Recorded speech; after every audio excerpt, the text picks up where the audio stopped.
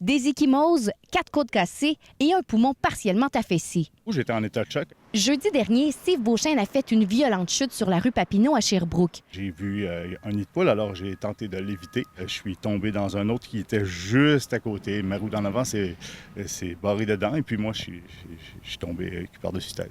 L'impact a laissé des traces bien visibles sur son corps. Il y en a partout. C'est les nids de poule, il faut zigzaguer.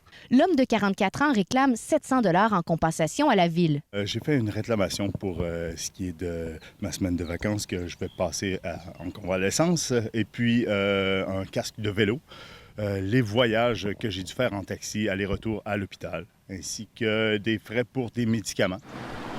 Il y a tellement de fissures puis de trous dans la rue que ça cogne après l'auto. Là, tu jurais que les chocs vont arracher là, tellement que c'est grave. Les routes sont maganées. Avec toutes les pluies qu'on a eues, il y a eu quand même des rigoles qui se sont formées, qui donnent des crevasses.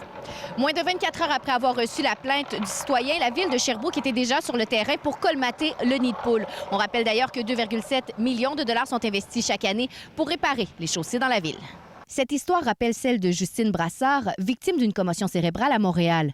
Vélo-Québec croit que les villes doivent être plus proactives. Bien, visiblement, on gère encore par crise. Alors, je ne sais pas si ça va nous prendre un mort. Je souhaite que non, parce que franchement, ce serait assez décourageant. Et on rappelle qu'une fissure peut être imperceptible pour un automobiliste, mais mortelle pour un cycliste. Il y a des nids de poules qui sont très profonds. Là, on ne parle pas de petites fissures, on parle de nids de poules qui ont 10-12 cm de profond. Je veux dire, c'est quand même important. Une façon de prévenir plutôt que de guérir. Karianne Bourassa, TVA Nouvelles, Sherbrooke.